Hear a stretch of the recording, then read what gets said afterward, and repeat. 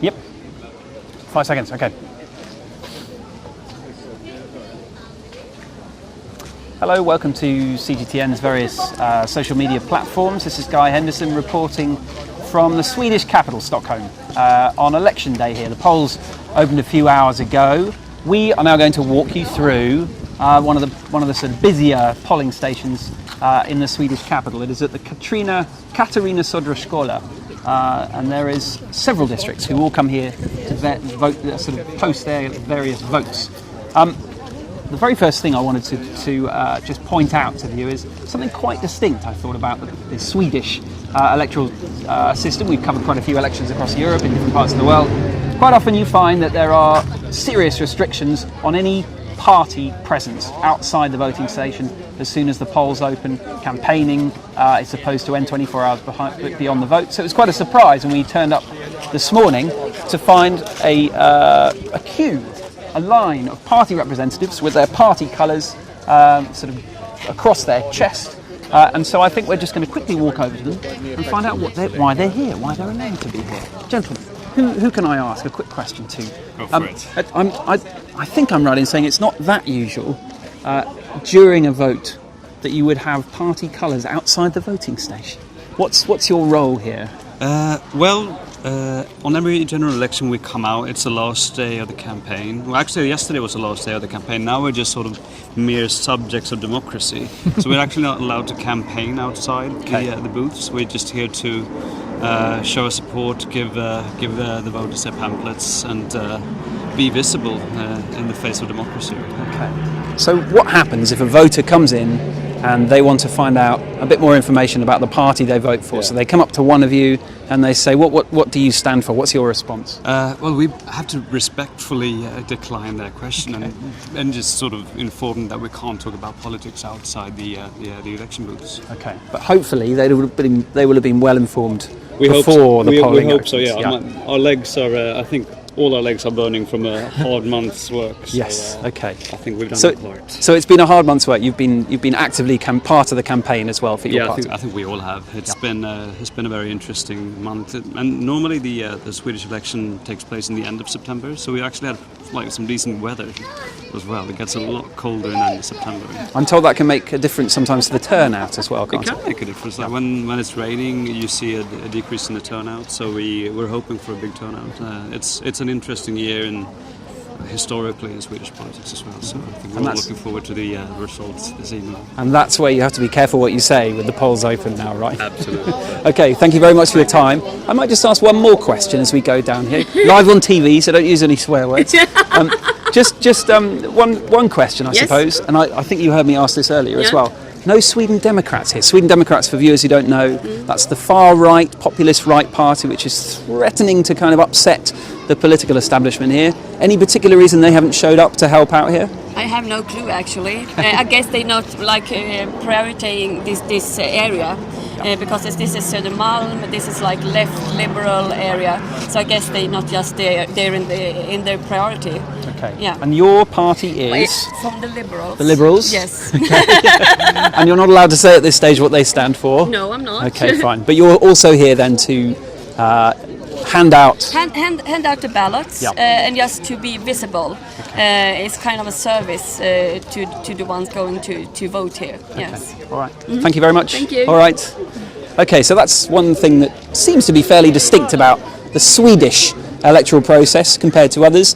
So, the Sweden Democrats. This is why there's a lot of people from different parts of the world keeping an eye on this election.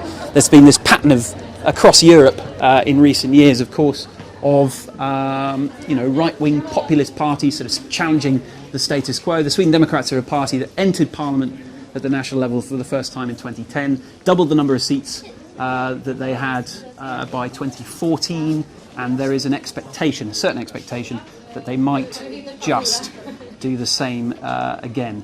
As I say, as we've mentioned out there, this is not necessarily a district which is representative of the national norm.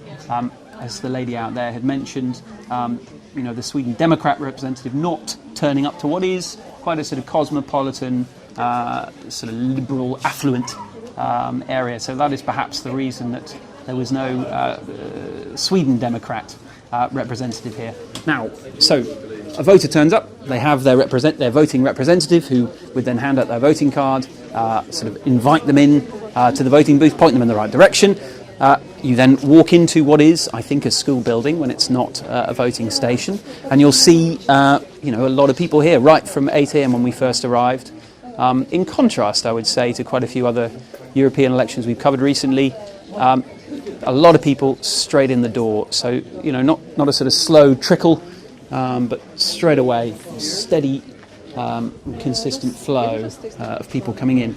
So I think Carsten's just going to keep moving around, my cameraman, while I find someone to help us and talk us around. Okay, so we have in here a little help. Sorry to hijack your afternoon. This is Mia Hodgson, who I think is volunteering her time to come and help out on election day. Yes. Would you mind if we took just a quick walk? Just out I just to have to help this woman. Okay, no, that's fine. We have time. Okay, so this is the process in action, and I think Mia will join us in just a moment. En gul, vi har en vit och vi har en blå. Så. Då kan du följa med. Am I allowed to? What's happening here then, Mia? Before we leave. The persons comes with their voting cards, röstkorten, and We can move over there and have a look at the voting card. Yeah. and every voter has a number, Okay. and they are sorted by age. So we just check how many choices they can do. They could do 3 today, but if you just lived in Sweden for 2 years, you can just do 2 Okay. votes, and if you are a Swede living abroad, you can just do 1. Okay. So this black dots means that we have different choices. Okay. So the selection is secret. So then you go behind these greens. Before we get to that, I wonder if you might. We'll only be 2 minutes, I promise. It's a busy day for everyone here. Very high voter turnout in Sweden tradition, so that keeps everyone very busy. But we'll get to that in a minute. So here we are, very busy again. So you're a voter, you walk in, Yes. and you have all these different cards. What does that mean? This is all the parties. I'll let you go in there, Carsten. Again. This is all the parties. Okay. And the different colors is for the different kind of selections. It's for the whole country, for kommuner, the city, and for the landsting. I don't know in English. It's The lower house of parliament. Yeah. Okay, so 3 votes. Yes, it is. Sort of So municipal. you take the cars that you want to choose. Many people take many different, so Okay. nobody can see. So this was one question I had. In a lot of democracies, I know you will have one card. It'll have all the different parties. Here, there's definitely a challenge, I would say, in keeping your anonymity, because you could pick up, presumably, a Social Democrat card, and then everyone would know who you were voting Yes. for. Because of that, I think many people takes many different cards. So we have to clean up the booths in between because they just leave them there. Okay. So you can do like that, but you can fetch this before the election as well, so you can have them with you. And But many want to show what you want to vote on. so if we took this as an example, This is I don't mean to a be. bad example. It's a bad example. Okay, I won't say which one we just picked up. No, this is the parties that rules Sweden. Okay. This, yes. this- Okay. this So is the main party. the others. So Yeah. if you picked out a card, you got a lot of Yes. names on here. Yes. What? You can, if you Seems want quite to confusing. You have 2 choices. You can just choose the party, Okay. and here you can choose if there is a person you like. A constituent, You a can do local MP. Yes. Okay. So you can make a mark, Okay. but just one, I think. Yes. But if you cross over somebody else, this is not going to be counted. Okay. So you just have to make a mark in the square. Okay. I have only one more question. Yeah. So polls will close at 8 p.m. Is that Yes. right? Yes. And then the counting begins. Yes. What role does each voting station play in that? We count all the votes in the room we work in, and we sort them out in piles of 50, and then we pack all the votes and send them to the Stadshuset. Okay, so it's physical, it's old school paper votes. Yes. Okay. It is. Okay. It is. Thank you very much. I'll let you get Thank back you. to Thank you. work. Okay, so there we go. Just a little insight into how the process works here in Sweden, how it works in different parts of the world. I was mentioning earlier voter turnout. It's famously high in Sweden, consistently above 80%. The last election in 2014, 85.8% or thereabouts. And I think there's an expectation that it may be at least as high as that this time around, given that there's a sense that there is a real contest here between the two main centrist parties, the Social Democrats and the moderates, and then this populist party, the Sweden Democrats, which has been making significant gains according to various polls in the build-up to this election.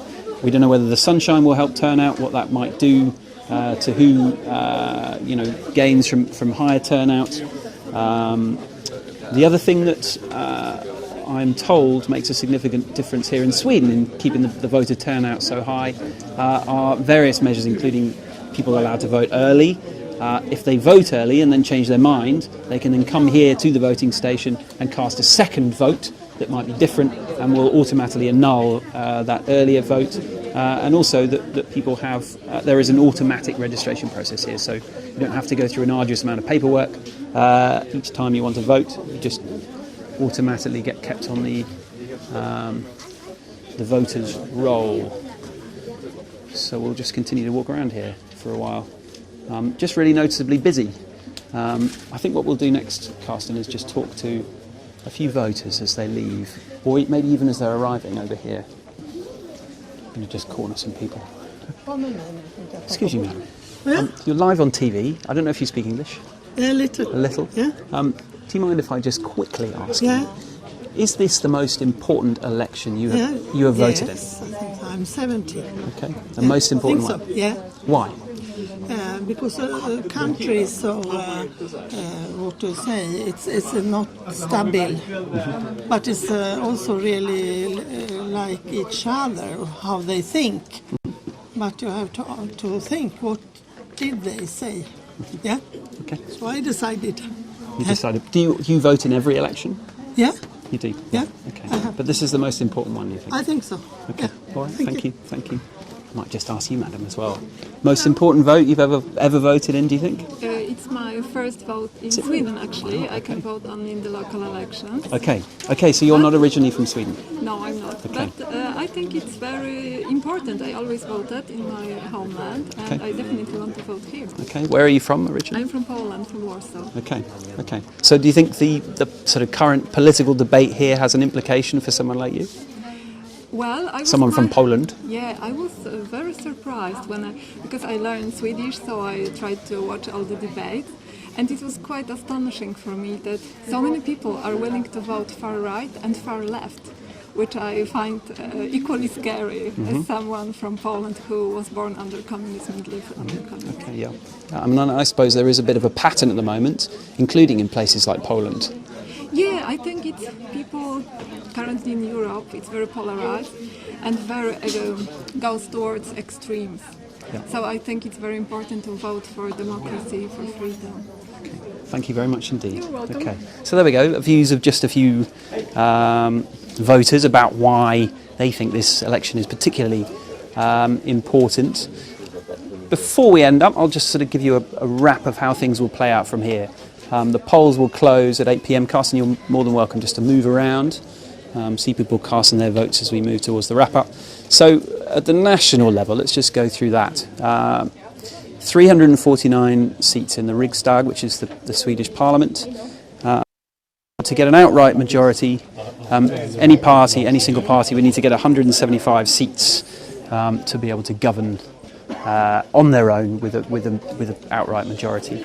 It's not thought likely at all that any party is going to get that on their own, and in fact the Social Democrats, who are the incumbents, didn't get that in 2014 either, but what they did was assembled a coalition government with the left-wing Green Party, so a left-wing coalition, and then got additional cooperation from a group of other left-wing parties.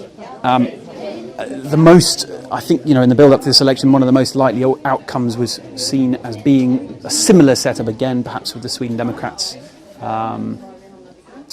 as the official opposition, as the second largest party.